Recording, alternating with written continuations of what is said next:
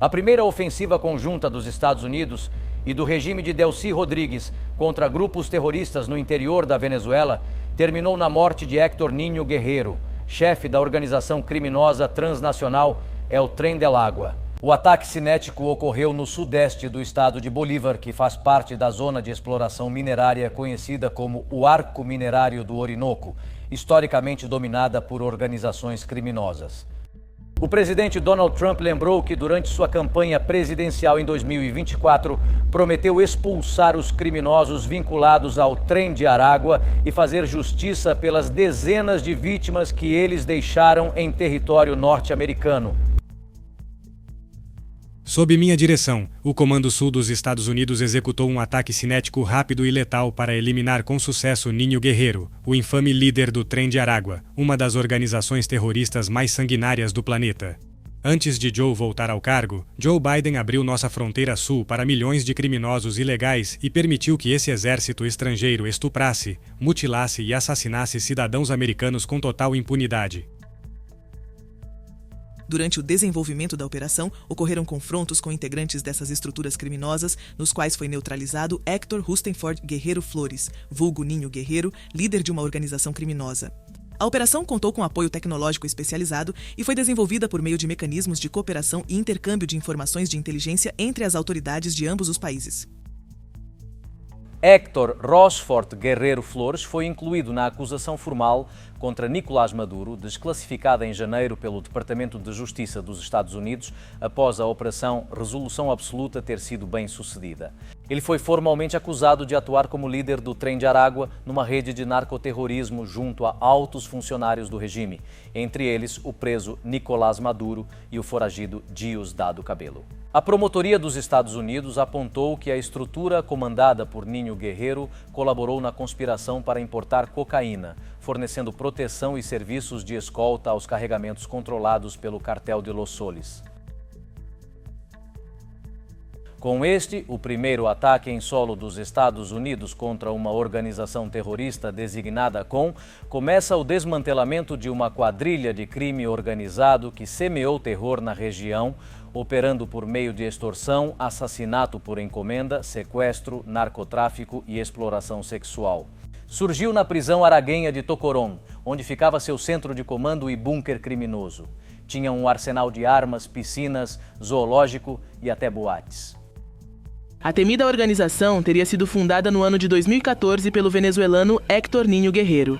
Juan, com mais 2 indivíduos, todos, eles foram detidos na prisão de Tocorón, no estado de Aragua. Em 2017, o grupo já era reconhecido como uma mega banda de crime organizado transnacional. Em 20 de setembro de 2023, mais de 11 mil militares e policiais venezuelanos invadiram a prisão, onde os criminosos eram maioria. Com total impunidade. É evidente que nós temos o controle totalmente completo e absoluto desta penitenciária, deste centro penitenciário, e além disso desmantelamos de forma totalmente integral e abrangente a autodenominada extremidade.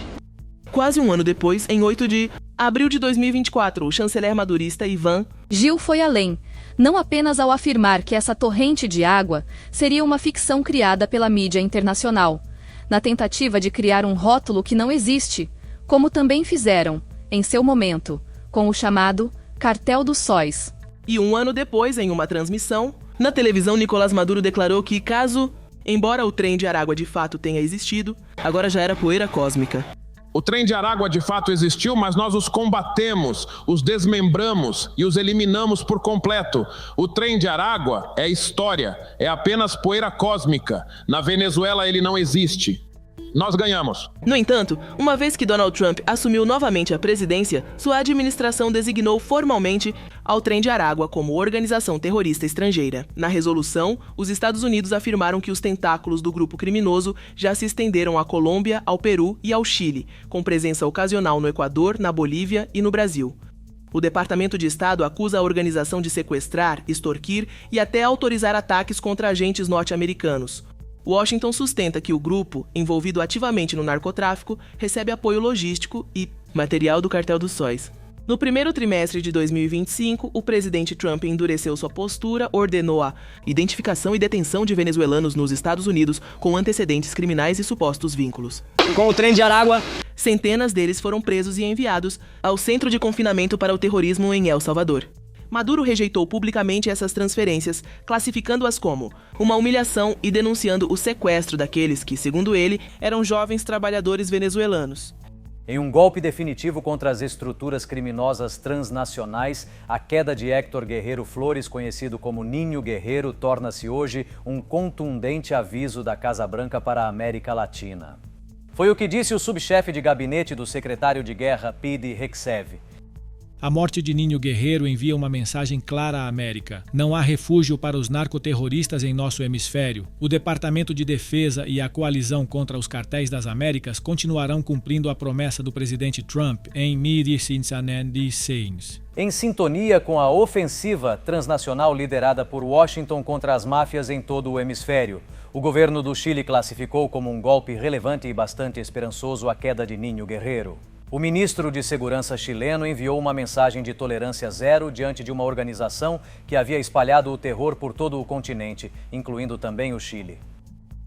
A queda de Héctor Guerreiro, principal líder do Tren de Aragua, é um golpe relevante contra uma organização criminosa que tem espalhado sua violência por diferentes países do continente. É especialmente esperançadora a colaboração informada entre os Estados Unidos e as autoridades venezuelanas. Esta ação se soma aos importantes golpes que nossas instituições desferiram contra o Tren de Aragua no Chile durante as últimas semanas. 7 meses depois de terem sido ilegalmente detidas pelas forças do regime venezuelano, as irmãs Aranza e Samantha voltaram a se abraçar. O momento comovente foi registrado por seus familiares, que aguardaram emocionados. Samantha, de 16 anos, foi libertada por volta da metade do mês de maio, aproximadamente.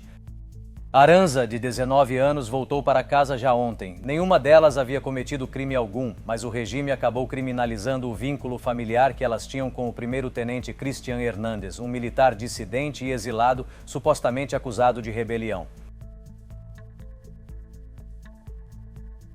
O Foro Penal confirmou o número de libertados desde 8 de janeiro, dia em que o chefe da ilegítima Assembleia, Jorge Rodrigues, anunciou as supostas libertações em massa. No entanto, em 5 meses, apenas 894 presos políticos saíram da prisão, centenas deles ainda sob medidas restritivas que não representam a liberdade plena pela qual defendem, seja para líderes políticos, seja para defensores de direitos humanos.